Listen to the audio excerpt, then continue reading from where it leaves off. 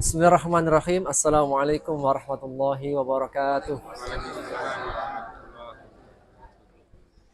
Izin berdiri, Bu. Saya tadi Pak Maman berdiri, Pak Acun berdiri.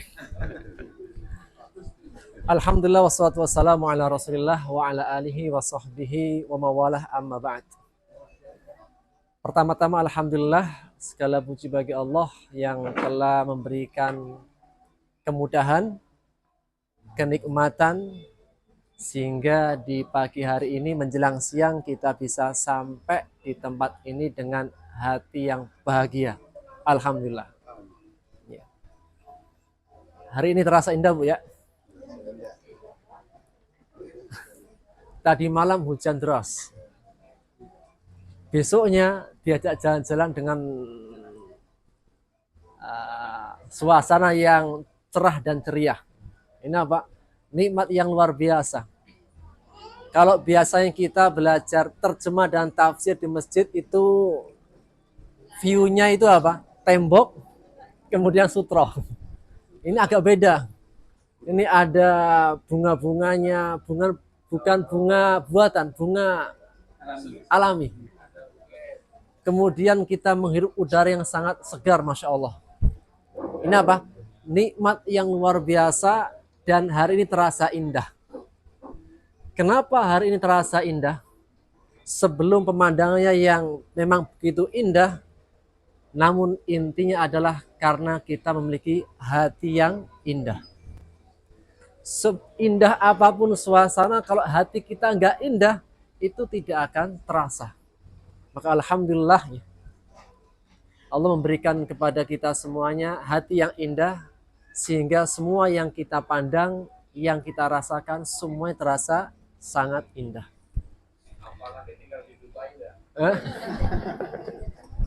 Alhamdulillah. Yang kedua, pertama saya pribadi terima kasih jazakumullah khairan kepada Pak DKM, Pak Maman, kemudian Pak Jun sebagai ketua program, dan khususnya wabil khusus ibu-ibu. Karena terus terang adanya acara ini sejatinya karena idenya bapak-bapak, ibu-ibu, Pak. Kita semua laki-laki. Kita semua di sini apa? Karena mendapatkan undangan dari ibu-ibu. Jadi benar yang punya hajatan adalah ibu-ibu. Kita mah laki-laki, Pak, ikut aja, Pak, ya. Disuruh ngaji ya ngaji, disuruh jalan-jalan ya jalan-jalan. Terkadang itu motivasinya karena terdorong. Sehingga semoga kita dikaruniai teman hidup yang dapat senantiasa mengajak kita dalam kebaikan. Dan pagi hari ini ya, saya lihat agenda apa itu acaranya gitu. Acara itu rihlah, tapi masih ada tausiahnya gitu. Itu yang saya masih gele-gele. Ini benar-benar apa? Jamaah duta itu seperti saya bilang, Pak, separuh ustadz ustadzah. Gitu. Jalan-jalan saja masih pakai tausiah, Pak. Ditulis lagi. Temanya tentang apa, Bu? Keluarga. Dikasih catatan lagi. Temanya menggetarkan jiwa. Saya tuh berpikir panjang, Pak. Ini gimana? Mau yang gimana lagi itu, Pak? Saya pun menyampaikan materi, saya tuh bingung. Kalau berbicara tentang keluarga, kemudian yang menyampaikan saya gitu kan, saya merasa ini saya sedang apa? Sedang ngajari ikan berenang. Atau sedang ngajari apa? Burung terbang. Ini yang diajari sudah lebih duluan dalam kehidupan rumah tangga. Saya kan baru-baru ya. Ya. Istri saya juga baru, Pak. Jadi anak saya juga masih kecil itu. Sehingga ini rasanya ngajari ikan berenang gitu. Namun ala kulli hal karena sudah ya disodorin gitu. Temanya gitu. Kita juga undangan gitu, Pak. Orang bilang selain donatur dilarang ngatur gitu. Ya sudah. Saya kemarin sambil cari-cari tema apa yang bagus gitu kan. tema Anas bin Malik sudah disampaikan. Jadi ya sudah Pak, saya agak diam sejenak sampai akhirnya, oh iya, saya teringat yang kita bahas adalah surat An-Nisa, wanita-wanita.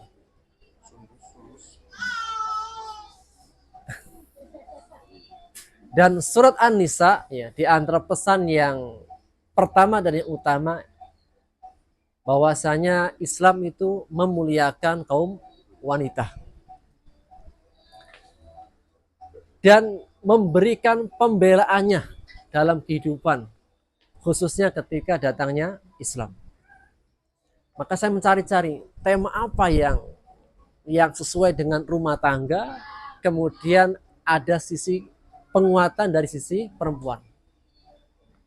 Sampai akhirnya saya teringat dengan kisah Ibunda Aisyah radhiyallahu taala anha.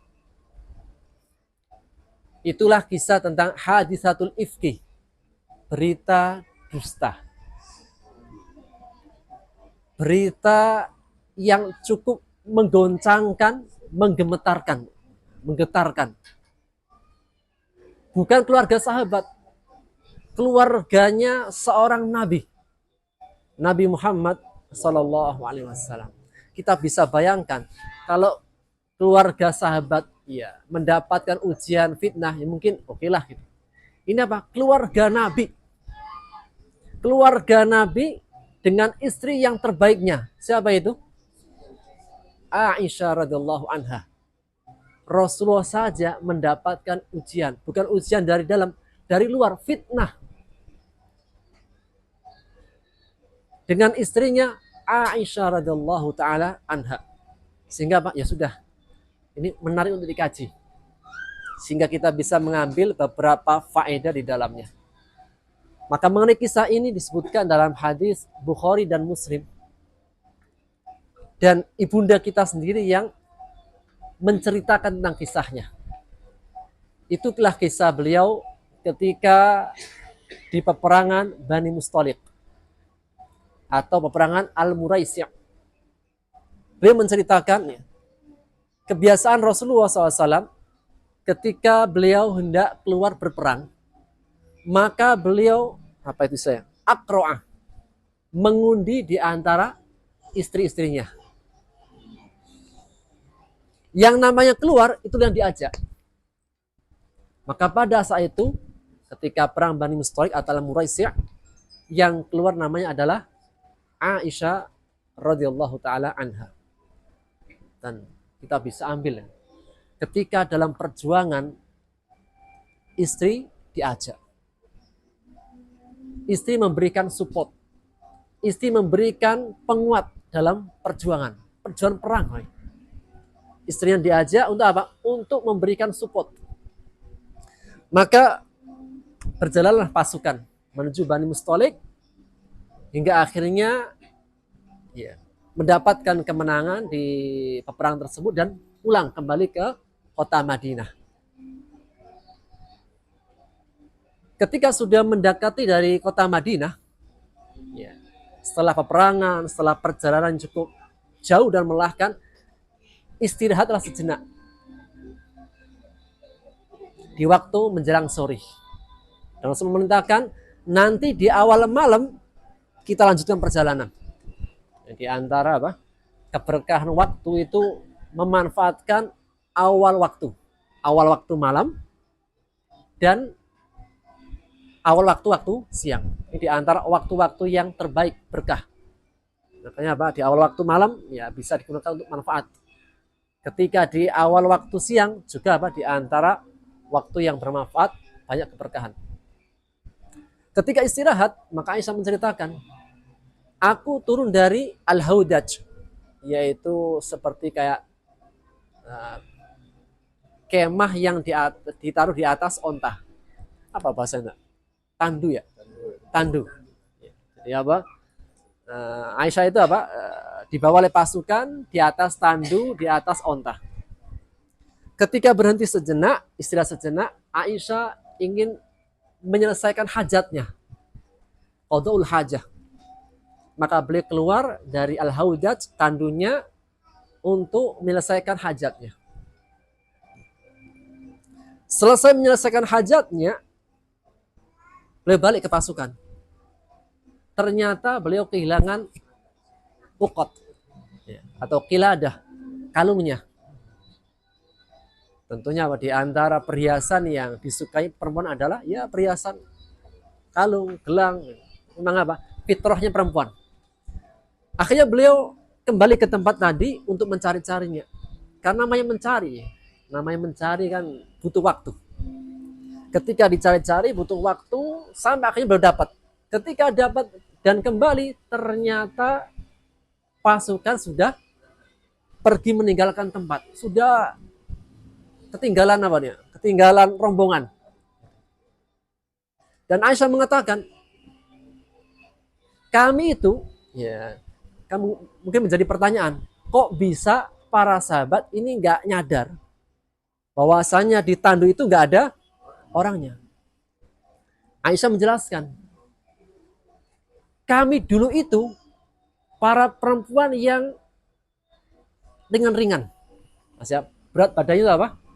Ringan-ringan, enteng-enteng. Jadi kalau diajak naik motor, andai kata diajak naik motor, itu kayak gak terasa. Jadi kami dulu itu adalah perempuan-perempuan yang berat badannya ringan. Kenapa? Beliau menyebutkan, karena kami itu dulu makanya dikit. Makanya dikit. Sehingga apa? Berat badannya pun ringan. Ibu-ibu kalau mau ringan ya, dikit-dikit aja. We. Makanya dikit apa dikit-dikit aja, Bu? Makanya dikit apa dikit-dikit aja. Ini yang pertama. Yang kedua, ini yang paling kuat. Dan saat itu, aku adalah seorang hadisatu sin.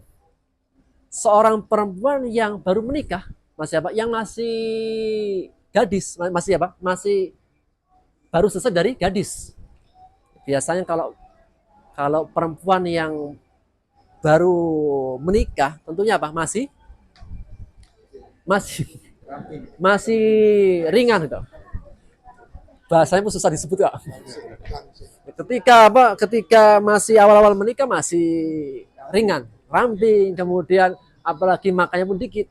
Sehingga kalau antara beliau itu di dalam tandu atau enggak, itu enggak ada bedanya.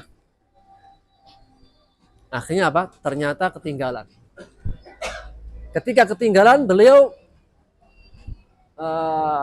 berpikir, saya akan kembali ke tempat yang tadi saja. Tempat saya itu apa? Berhenti di sana, yang istirahat. Supaya ketika mereka, para sahabat ini, di tengah jalan kok kehilangan Aisyah, akan mencari ke tempat yang tadi. Setiap orang pasti akan berpikir seperti itu. Ketika di mana dia ditinggal, dia akan kembali situ. Dia tidak menyusahkan apa orang yang mencari. Tentunya zaman dulu kan nggak ada Google Map, Pak. Nggak ada HP juga. Gitu. Akhirnya beliau di sana. Karena sudah menjelang malam, maka Pak, dan beliau masih kelelahan, beliau ngantuk. Ketika ngantuk, akhirnya beliau tertidur. Sampai keesokan harinya, di waktu pagi. Allah takdirkan, di pagi hari itu juga ada seorang sahabat yang dia itu antara tertinggal atau sengaja di akhir. Siapa dia? Sofwan bin Mu'attal As-Sulami Ad-Dikwani. Sofwan bin Mu'attal dia itu di belakang. Bahkan apa? Bukan belakang lagi, sudah terlambat. Yang lain sudah berlalu, dia masih di akhir. Maka yang pertama, Sofwan bin Mu'attal, kenapa beliau di belakang? Karena mungkin sebagai apa? Bagian dari panitia, penting, Pak. Biasanya panitia kalau punya acara gimana, Pak? Datangnya paling awal, pulangnya paling akhir. Kenapa? Memastikan. Siapa tahu ketika kita sudah pulang semuanya ada HP yang tertinggal, ada barang tertinggal, dia bisa yang bawa. Ini yang pertama. Yang kedua, sebab yang kedua, karena memang Sofwan bin Mu'attal ini orangnya kalau tidur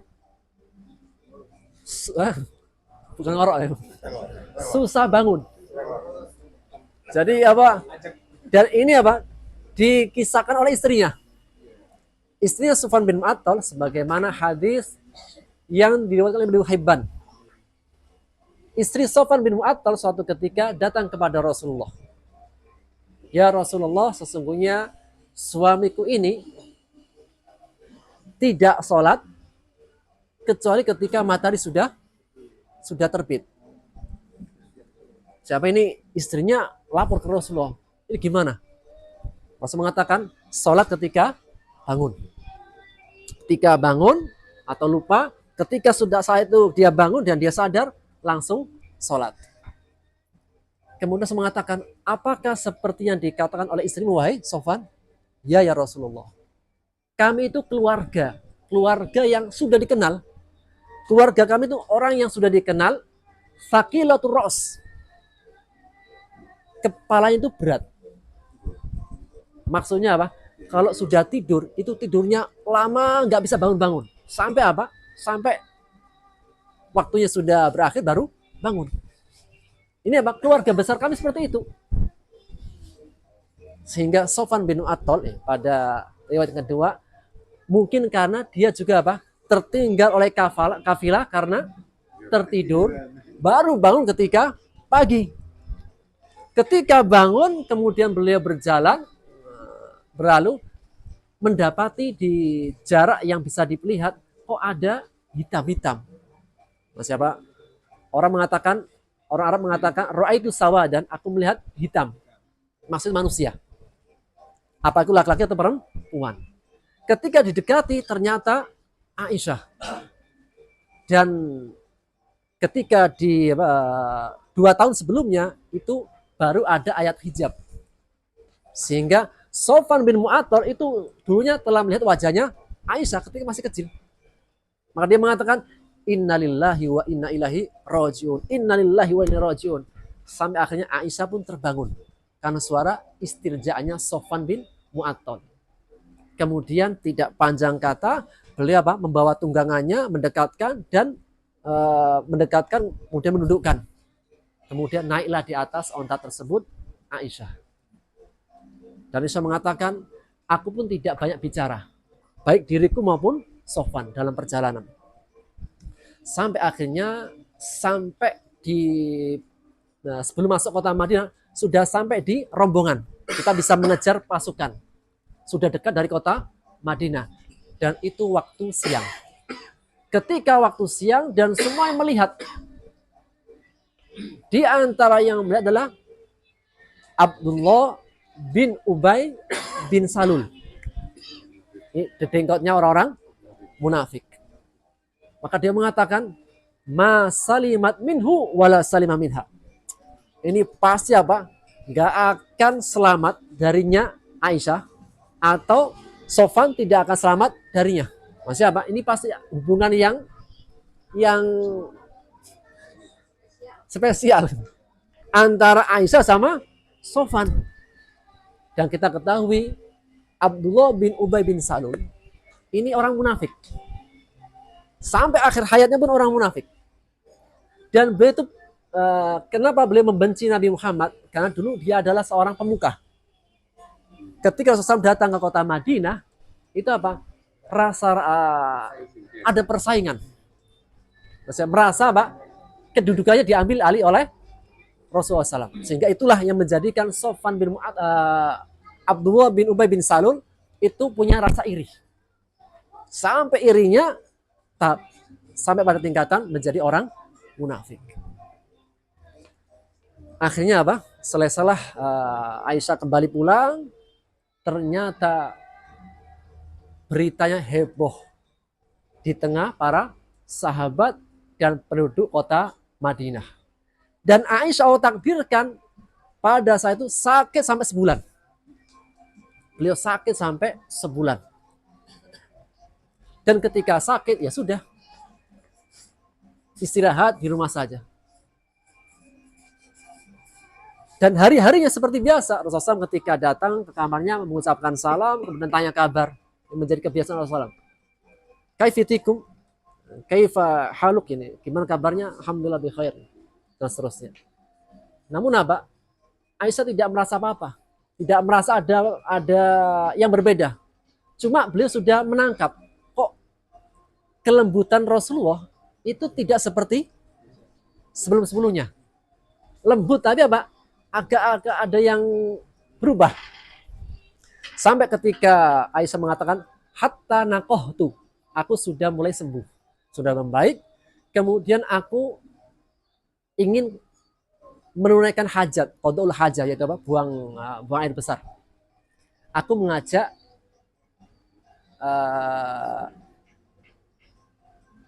Ummu Mistah bin Utsasah.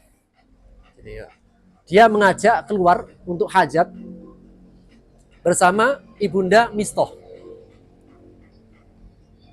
Dan Aisyah mengatakan, kami itu di kota Madinah itu punya tempat WC. Yang tempat WC-nya ada yang dekat dari rumah, ada yang jauh. Namun pada saat itu keadaannya masih pada Arab yang pertama.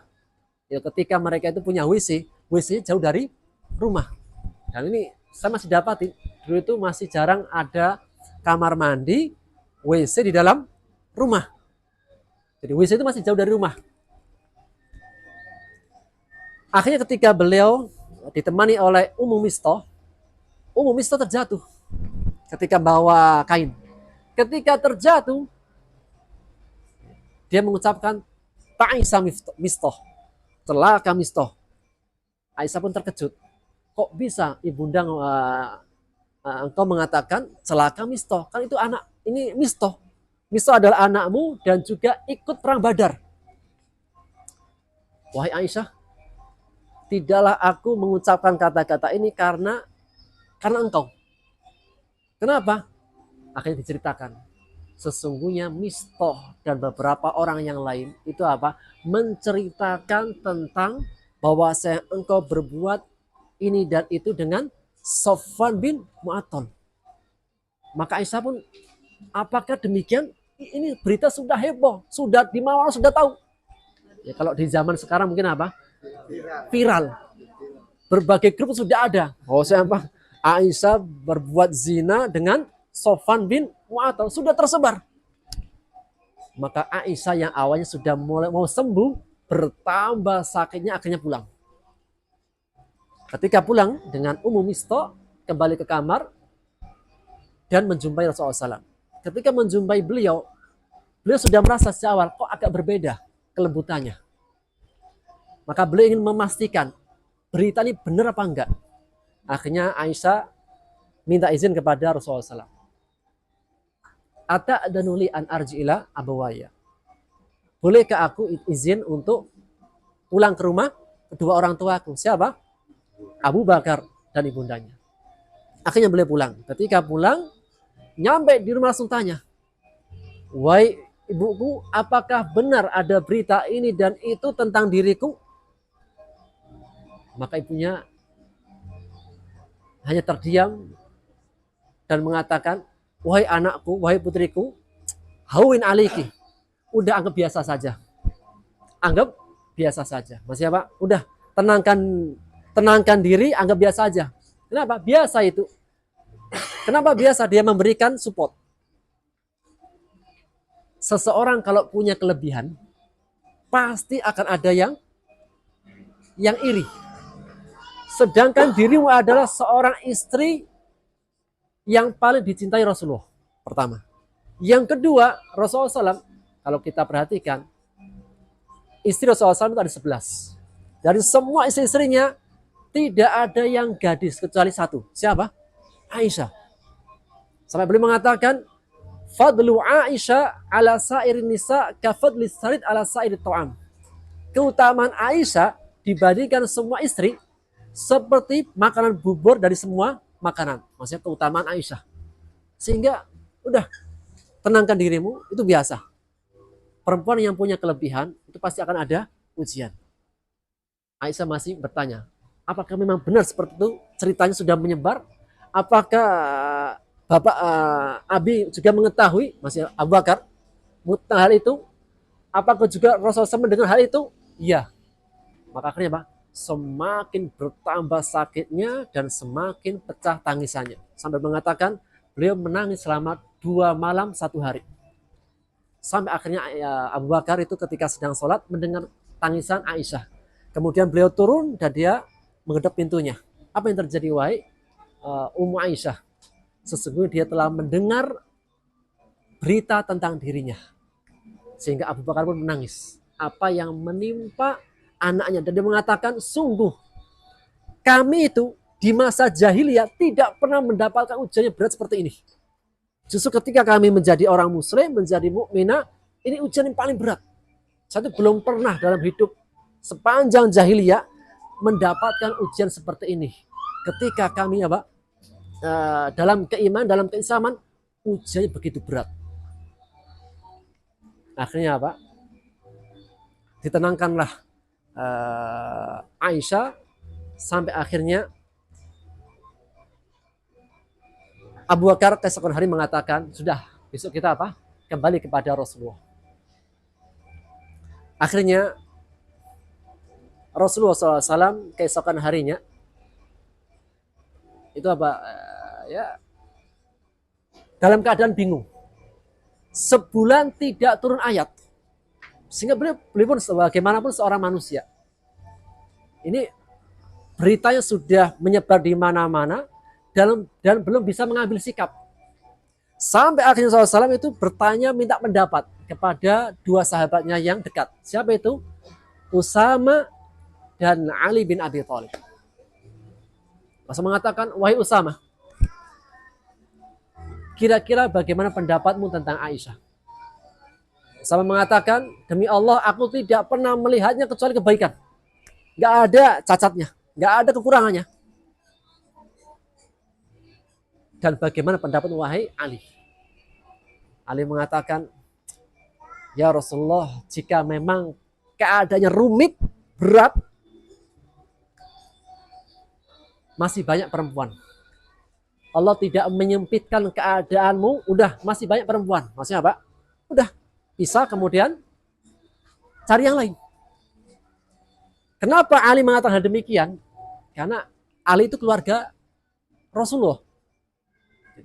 Namanya keluarga, kalau saya daripada namanya laki-laki, Pak. Laki-laki secara umum, ketika punya hal yang rumit, itu ingin memperpanjang selesai. Udahlah, daripada rumit sekali, udah kita batasi saja. Jadi yang kalau perempuan agak panjang, makanya beda dari sisi karakter. Kalau perempuan berbicara panjang gitu. Tapi kalau perempuan, laki-laki cukup sekali, dua kali, selesai. Mereka mengatakan, Allah tidak menyempitkan keadaan wahai Rasulullah, jika engkau menginginkan masih banyak yang lain. Namun, kata Ali, jika engkau ingin memastikan, gampang, mudah. Apa? Sal Bariroh. Tanyakan asistennya, siapa? Yang mendampingi Aisyah setiap harinya. Siapa? Bariroh. Bariroh itu yang senantiasa mendampingi Aisyah dalam kehidupan rumah tangga, hanya kemana-mana, itu yang senantiasa membersihkan Bariroh. Tasduk, jika dia berkata benar, itu benar. Rasul mengatakan, menjumpai Bariroh dan mengatakan, wahai Bariroh, selama engkau dengan Aisyah, apa yang kau dapatkan? Engkau mendapatkan sesuatu yang tidak baik atau kebaikan? Dia mengatakan, demi Allah ya Rasulullah, selama aku dengan Aisyah tidak ada yang tidak baik, semua kebaikan, kecuali hanya satu saja. Suatu ketika membantu bikin adonan, ternyata dia tertidur sampai akhirnya adonan dimakan oleh binatang ternaknya. Kenapa? Karena masih kecil. Biasa anak kecil yang masih gadis kecil, mainan kemudian tertidur. Hanya itu saja. Akhirnya SAW menjumpai, sebelum menjumpai Aisyah, beliau naik di atas mimbar. Wahai ma'syarul ansar wal muhajirin, sesungguhnya ada di antara seseorang di antara kalian yang telah menyakiti keluargaku. Siapa yang memberikan pembelaan kepadaku? Maka berkata Sa'ad bin Mu'ad, ya Rasulullah, ini dari Aus. Jika yang menyakitimu dari Aus, saya akan penggal kepalanya Rasulullah. Namun jika yang menyakitimu dari Khazraj, aku tunggu perintahmu. Karena Sa'ad bin Mu'ad ini adalah kepala sukunya Aus. Maka kepala sukunya Khazraj, Sa'ad bin Ubadah langsung emosi. Gak mungkin kau bisa membunuh yang dimaksudkan, yaitu Abdullah bin Ubay bin Salul. Kenapa? Dia dari sukuku. Seandainya dia dari sukumu, pasti enggak akan melakukan seperti demikian. Sampai akhirnya berkata Usaid bin Khudair, wahai Sa'ad bin Ubadah, engkau munafik. Nah, siapa ini? Dia Usaid bin Khudair mengatakan hal demikian karena sudah kesal. Kok bisa Sa'ad bin Ubadah itu membela Abdullah bin Ubay bin Salul? Maka Aisyah mengatakan, Sa'ad bin Ubadah ini orang yang soleh. Cuma bagaimanapun masih ada benih-benih kesukuan. Benih-benih ta'asub, benih-benih kesukuan itu ada. Sampai akhirnya Allah Subhanahu wa taala menguatkan hati Rasulullah dan beliau turun di antara mereka karena hampir terjadi peperangan antara Aus dan Khazraj demi mempertahankan Abdullah bin Ubay bin Salul. Namun Rasulullah di tengah-tengah mereka akhirnya menenangkan di antara para sahabat. Kemudian Allah turunkan firman-Nya dalam surat Al-Anfal ayat 62. Allah mengatakan, wa id ayyadaka binasri wa bil mu'minin. Sungguh Allah telah menguatkanmu wahai Muhammad dengan pertolongannya dan orang-orang beriman, semua para sahabat, baik Muhajirin maupun Ansar. Yang Ansar baik yang Aus dan Khazraj. Allah mengatakan, sungguh jika engkau menginfakkan semua harta untuk menyatukan hati manusia, engkau gak akan bisa. Meskipun engkau hadirkan semua kekayaan di bumi ini. Lau anfaqta ma fil ardi jami'an ma alafta baina qulubihim. Seandainya engkau kerahkan infak seluruh harta untuk menyatukan hati manusia, itu gak akan bisa bersatu. Kesukuan tetap ada. Saling berkelompok itu ada. Namun dengan izin Allah, Allah hilangkan semua penyakit ini di hati para sahabat. Walakin Allah alaf, akan tapi Allah lah yang menyatukan kita semuanya. Ya, kayak kita ini ya, ada yang dari suku Jawa, ada yang dari Sunda, ada yang dari Padang, ada mungkin yang dari yang lainnya. Namun kok bisa bersatu? Kok bisa menanggalkan kesukuan? Ini kalau bukan karena karunia dari Allah, mungkin susah. Sehingga itulah firman Allah dalam surat Al-Anfal tadi. Allah yang menyatukan hati-hati orang beriman sehingga terciptalah kebersamaan antara mereka. Kemudian Rasulullah SAW menjumpai Aisyah dan beliau ketika menjumpai Aisyah juga ditemani oleh kedua orang tuanya. Dan Aisyah masih menangis. Menangis dan menangis sampai mengatakan, Abu mengatakan hampir-hampir Aisyah itu akan mati karena tangisannya. Falikul kabid. Tangisannya membuat pecah hatinya, hancur, terbelah.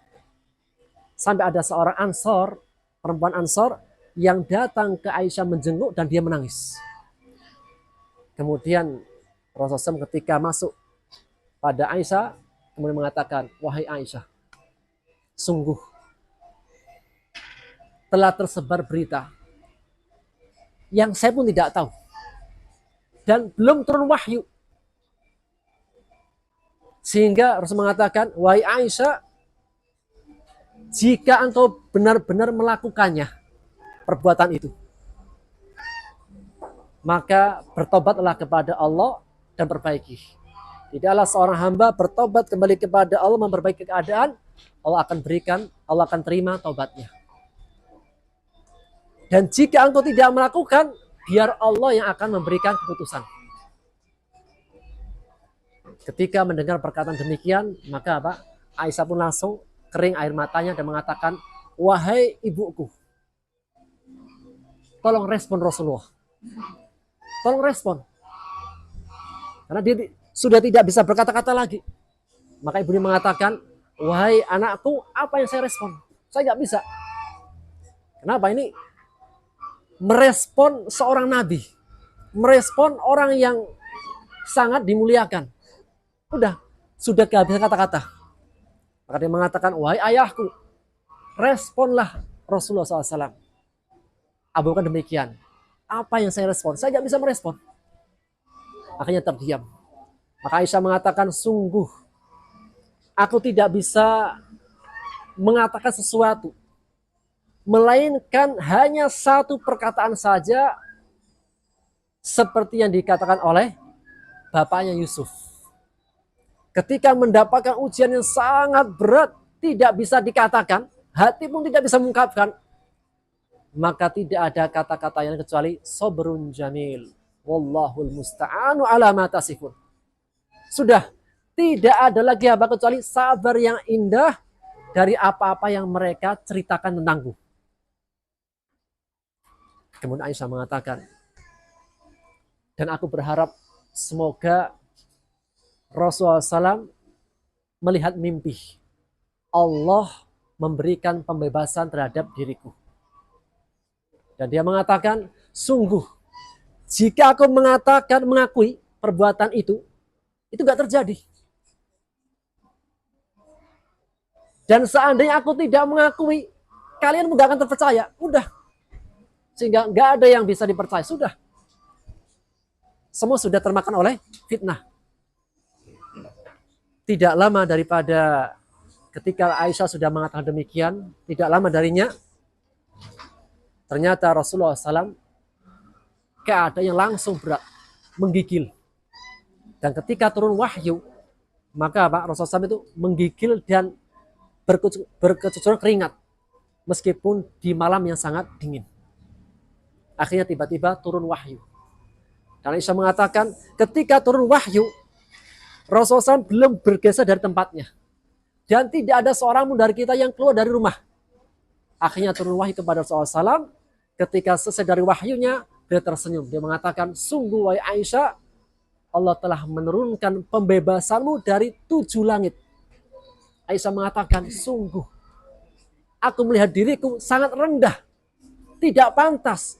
Orang sepertiku akan turun ayat dari langit yang ke-7, pembelaan kepadaku, dan ayat ini akan dibaca sampai hari kiamat. Itulah surat An-Nur. Dari ayat 11 sampai seterusnya. Allah mengatakan, walladzina ja'u bil ifki usbatum minkum. Sesungguhnya orang-orang yang berkata dusta, membuat cerita dusta adalah orang di antara kalian. La tahsabu syarrul lakum bal huwa khairul lakum. Jangan dikira dengan terjadinya berita dusta ini itu buruk. Justru ini ada kebaikan. Ada kebaikan di dalamnya. Di antara kebaikannya tersingkap. Siapakah orang munafik? Siapakah orang yang beriman? Siapakah orang yang mudah tersulut oleh berita dusta, termakan fitnah, dengan orang yang berhati-hati dalam menerima berita? Semua terbongkar. Kemudian dengan adanya turunnya ayat pujian Allah kepada Aisyah. Ayat ini dibaca sampai hari kiamat. Dan ayat ini pembelaan Allah kepada Aisyah. Ini di antara kemuliaan yang sangat mulia bagi Aisyah. Hingga akhirnya ketika sudah turun ayat dan pembebasan kepada Aisyah, Abu Bakar mengatakan, demi Allah, sungguh di antara yang menceritakan berita dusta adalah Mistah. Mistah ini adalah anak sepupunya, ya Pak, keponakan. Mistah ini ketika beliau lahir sudah gak punya ayah dan diasuh oleh Abu Bakar. Maka semua nafkahnya Abu Bakar nanggung.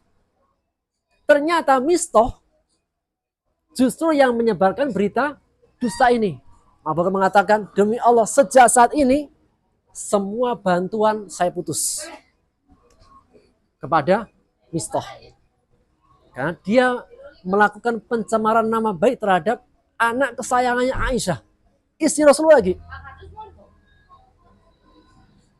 Akhirnya turun ayat, wala ya'ta'ul fadl minkum was-sa'ah, ay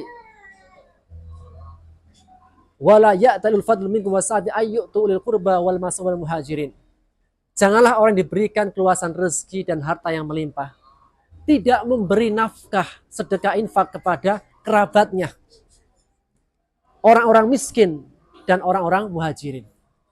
Tidakkah dia ingin mendapatkan ampunan dari Allah? Maka berlapang dadalah dan berikan maaf. Sesungguhnya Allah Maha Pengampun lagi Maha Penyayang. Kabar mengatakan, sungguh aku menginginkan ampunanmu ya Allah. Maka apa? Dia membatalkan sumpahnya dan membayar kafarat sumpahnya. Akhirnya dalam peristiwa tersebut 3 orang yang dipanggil kemudian mendapatkan hukuman cambuk. Siapa itu? Pertama adalah Hasan bin Sabit. Kedua, Mistah.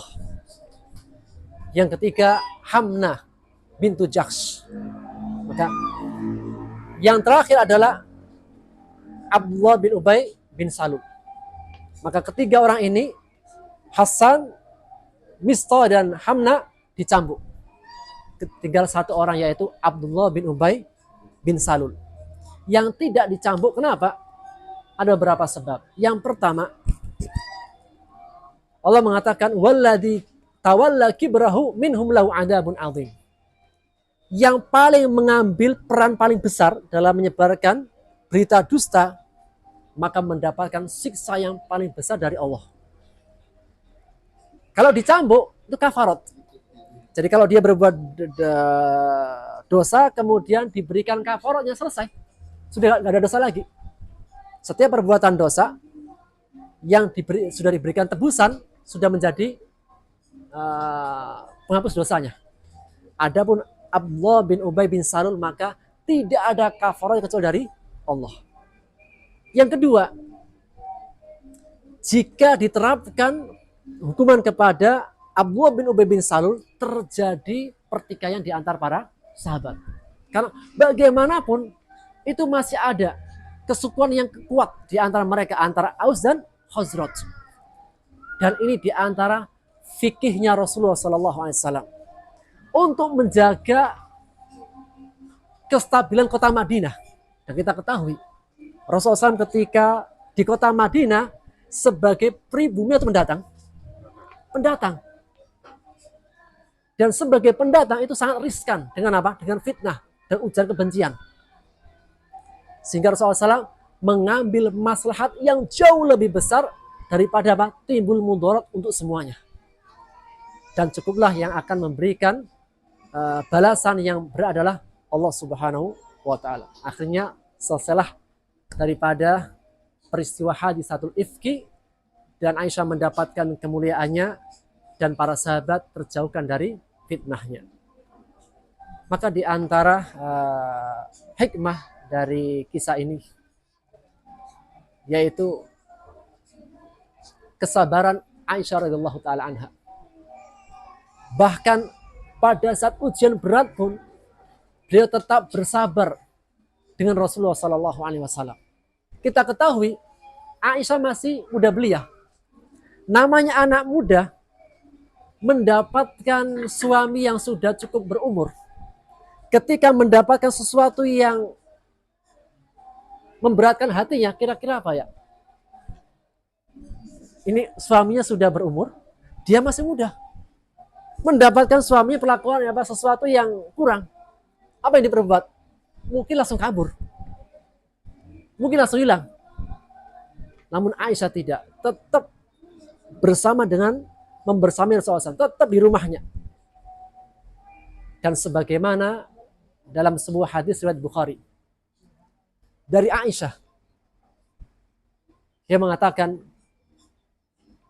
Rasulullah SAW pernah suatu ketika bertanya, wahai Aisyah, sesungguhnya aku mengetahui kapan engkau marah kepadaku, kapan engkau suka. Maka Aisyah mengatakan, gimana? Coba, kok bisa tahu? Kapan aku marah, kapan aku nggak marah? Jika engkau marah, engkau mengatakan, jika engkau marah, engkau mengatakan, bala wa rabbi Ibrahim. Ya, demi Allah, Tuhannya Ibrahim. Jadi apa? Kalau dia baru marah kepada Nabi Muhammad SAW, kepada Rasulullah, dia mengatakan, bala wa rabbi Ibrahim. Tapi jika engkau suka, engkau mengatakan, bala wa rabbi Muhammad. Gitu kan? Iya benar, ajal. Maka Aisyah mengatakan, sungguh, la ahjuru illa ismak. Jika aku sedang berat hati denganmu ya Rasulullah, aku tidak memisahkan diri darimu kecuali hanya nama. Ketika apa? Ya biasa. Dalam kehidupan rumah tangga pasti ada ya sedikit-sedikit ya Pak ya. Sedikit kurang-kurangnya biasa. Terkadang kalau ya namanya kehidupan rumah tangga Pak.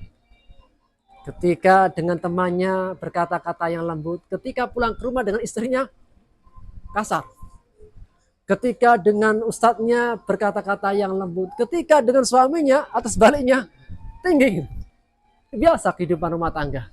Namun Aisyah mengatakan, setiap aku berat, aku gak suka dari wahai Rasulullah, aku tidak menjauhimu kecuali hanya nama. Ketika aku senang, bala wa rabbi Muhammad, disebut namanya. Ketika gak suka, bala wa rabbi Ibrahim, gak Muhammad. Pada sama intinya. Ini apa di antara kesabaran dan kehidupan rumah tangga Aisyah. Di antara hikmah yang lain adalah dalam kisah tadi, di antara para sahabat yang baik pun, Mistoh, ikut perang Badar. Sahabat Rasulullah ikut perang Badar. Itu pun bisa termakan fitnah. Dalam artian, hati manusia itu lemah. Jika ada fitnah, terkadang tertarik. Kita nggak ingin untuk mendengarkan. Tapi ketika dengarkan sekilas, ingin juga mendengarkan lagi. Padahal apa? Kita udah tahu itu nggak baik. Enggak. Tapi ketika mendengarkan, akhirnya apa? Kepo. Cari beritanya, benar nggak ya? Itu Pak, terkadang gitu. Sehingga di antara sahabat pun yang mulia itu mungkin termakan fitnah. Dan di antara sahabat ada yang karena menahan diri, mengetahui tapi tidak membicarakan sehingga terjaga. Sebagaimana Zainab bintu Jahsh. Jadi di antara istri Rasulullah, istri Rasulullah itu Aisyah sama Zainab itu apa ya? Hampir sepadan. Jadi apa? Kecantikan Aisyah dengan Zainab itu hampir sepadan sehingga ya saling apa? Sesama madu saling berebut. Maka Rasul bertanya, wahai Zainab, lawannya Aisyah itu Zainab bintu Jahsh. Bagaimana pendapatmu dengan Aisyah? Maka beliau mengatakan, wahai Rasulullah, sesungguhnya apa? Aku ahmi, menjaga mataku dan lisanku dari Aisyah. Maksudnya apa? Aku sudah tahu, sudah mendengar, sudah banyak cerita. Tapi apa? Ahmi basori wa lisani. Aku menahan pandanganku dan lisanku. Dan aku tidak melihat kecuali kebaikan.